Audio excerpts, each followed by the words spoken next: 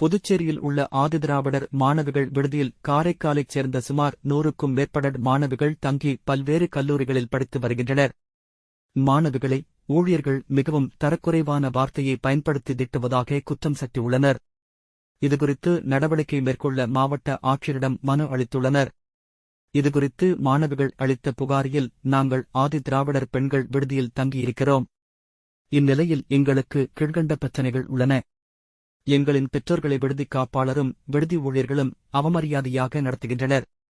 எங்களின் கவனக்குறைவால் ஏற்படும் சிறு தவறுகளுக்கு கூட விடுதியில் வேலை பார்க்கும் ஊழியர்கள் மிகவும் தகாத வார்த்தைகளை பயன்படுத்தி எங்களை திட்டுகின்றனர். அரசினால் விடுதி மாணவிகளுக்கு வழங்கப்படக்கூடிய மாதாந்திர ரேஷன் பொருட்கள் சரியாக எங்களுக்கு வழங்கப்படவில்லை. எங்களுக்கு தினசரி வழங்கப்படும் உணவில் பல குறைபாடுகள் உள்ளன.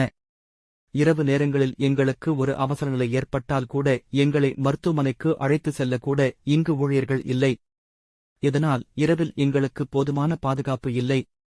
படிப்பு விடுமுறைக்கு கூட எங்களை வீட்டுக்கு செல்லும்படி காப்பாளர் கட்டாயப்படுத்தினார். மேலும் நாங்கள் ஏதேனும் கூடுதலாக பயிற்சி வகுப்புகள் மேற்கொண்டால் எங்களை விடுதியிலிருந்து வெளியே செல்லுமாறு வலியுறுத்துகிறார். இதனால் எங்களுக்கு மிகவும் மன அழுத்தம் ஏற்படுகிறது. இதனால் மாணவர்களாகிய நாங்கள் மன அழுத்தத்தில் ஏதாவது தவறான முடிவு எடுத்தால் விடுதியில் காப்பாளரே பொறுப்பாவார் எனவும் அந்த மனுவில் குறிப்பிட்டு இருந்தனர்.